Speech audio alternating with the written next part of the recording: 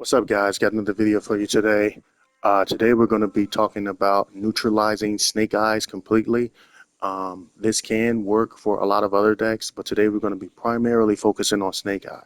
So getting right into it, we've got Max C. So Snake Eyes does a lot of special summoning. You want to be able to benefit from that, hoping and praying that this card resolves, especially if they go first. You want to hope that this card resolves so you can get some cards to help combat them. Ash Blossom needs no introduction, of course.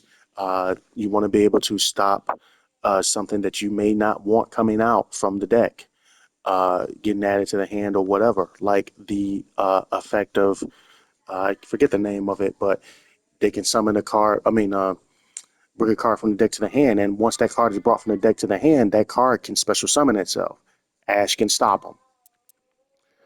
We are running Necro Valley, so Gravekeeper's Commandment. We're running that because we want to be able to get Necro Valley on the field as quickly as possible. Lord of the Heavenly, another card that doesn't need any introduction. Activate them on your turn, during the next turn, all spell, trap, as well as anything that's set on the field cannot be destroyed. Any set spell or trap and any set monsters cannot be destroyed by card effects, including your opponents. So keep that in mind. But if a set spell or trap is activated when you activated this card prior, then you can not only special summon this card, but you can also set a card. If you haven't activated him prior, you can still special summon him upon the activation of a set spell or trap. But if you want to be able to set a spell or trap of your own, then he needs to be activated prior. Nibiru, of course, like I said, they do a lot of special summoning. If you're running Necro Valley and you have this resolve, then guess what? Those pieces are going into the graveyard and they are not coming out. Their cards. Neither are yours if you're not running uh, Gravekeeper cards, which I'm not.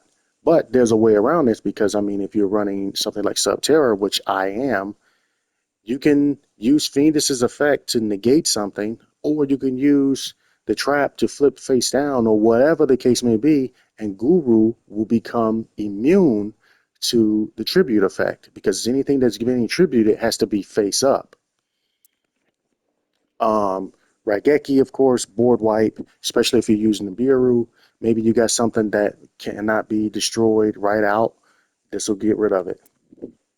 Uh, Again, they use a lot of monsters to be set in the back row, plus other back row cards. You want to be able to take them out. Their field spell won't even let you normal summon without bringing something out from their back row. So you can use this to take them out. Royal Tribute, Necro Valley on the field, you can send monsters from their hand to the grave. Okay, so if you're going first, this is a great card. If you're going first and you have Necro Valley and this in your hand, and you have your board set up, you use that and then you send cards, monster cards, to the graveyard. So let's say you're using you got a Guru in your hand, but you got no way to flip them at the moment. Well, guess what? Put Guru on the field and send everything else to the grave, which they're not getting out. Pot is self-explanatory. We're running both triples, tactics, and talent. They activate a lot of effects on your turn, so you can benefit from that. Get whatever effect or card you may need. Gravekeeper's Inscription is an unsung hero for this. It has 3 different effects. You do have to use it at the start of the main phase, but effect number 1 is neither player can activate card effects in the graveyard. Effect number 2, neither player can banish cards from the graveyard. So if somebody wants to stop a Ash Blossom or a Max C from resolving with a Call by the Grave, if you use effect number 2, guess what? That ain't happening. Then the third effect is neither player can special summon monsters from the graveyards, which is another big one. Of course, we got Necro Valley. And going back, this lasts to the end of your opponent's turn. So those are huge effects. If you activate, neither player can activate card effects in the graveyard, well, guess what? Snake Eyes is finished. Necro Valley, nobody's going anywhere. Once they hit that graveyard, they're stuck. No banish, no recycling, no nothing. Stuck there, with the exception of a few cards that we'll see coming up later. Shared Ride, anything that's being added from the deck to the hand or from the graveyard to the hand by your opponent, guess what? You draw one card. Yes, this is like Max C. So, except it's for people adding stuff from the deck to the hand or the graveyard to the hand, which is very prevalent. Snake Eyes does this a lot. They add stuff from the deck to the hand or to the graveyard to the hand or whatever. You can get paid off of it now. Discard one card, then flip two cards face down. This is good for stopping them from being able to activate their link summons or synchro summons. But also, the discard effect comes into play as well. Sol and Luna, again, if you're running Subterra, you can get Guru face up for free, basically, without having to use one of his resources. You can also activate his effect if you wanted to as well.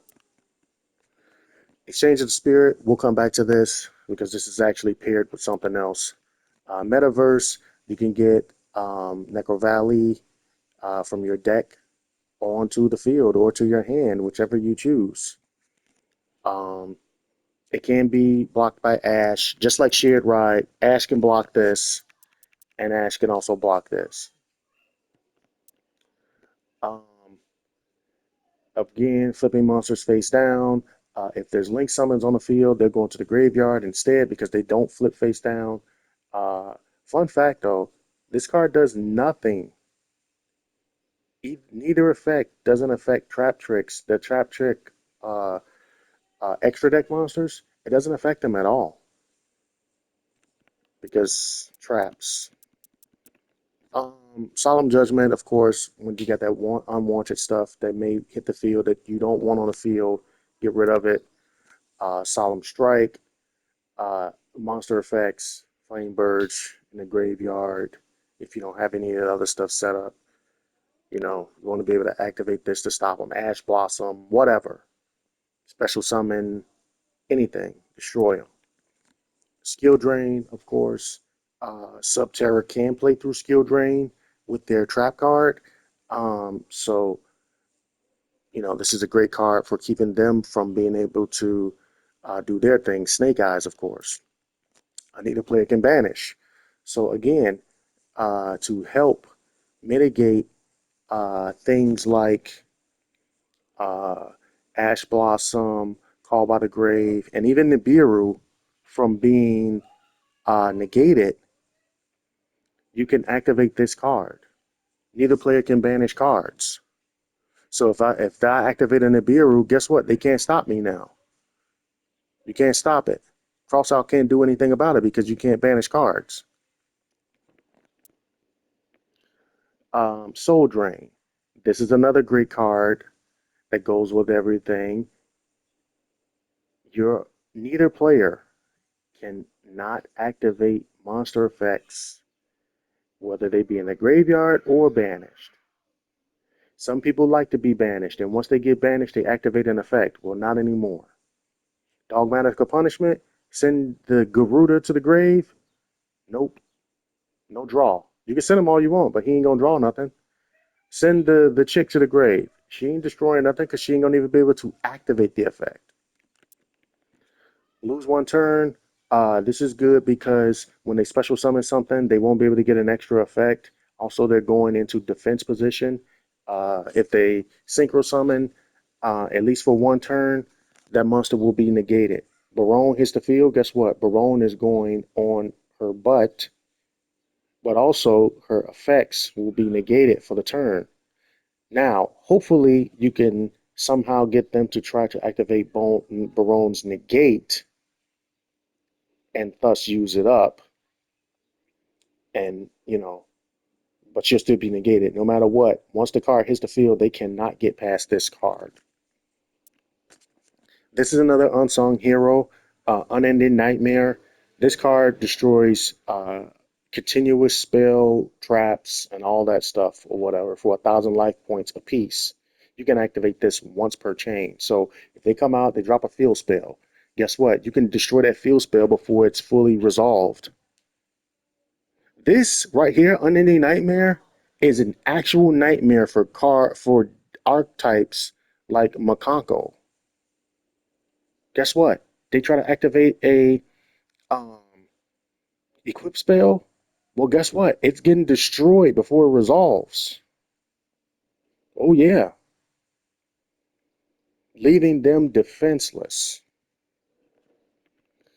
Um, but also with Snake Eyes though, if they put something in the back row, the monsters in the back row, you can destroy them.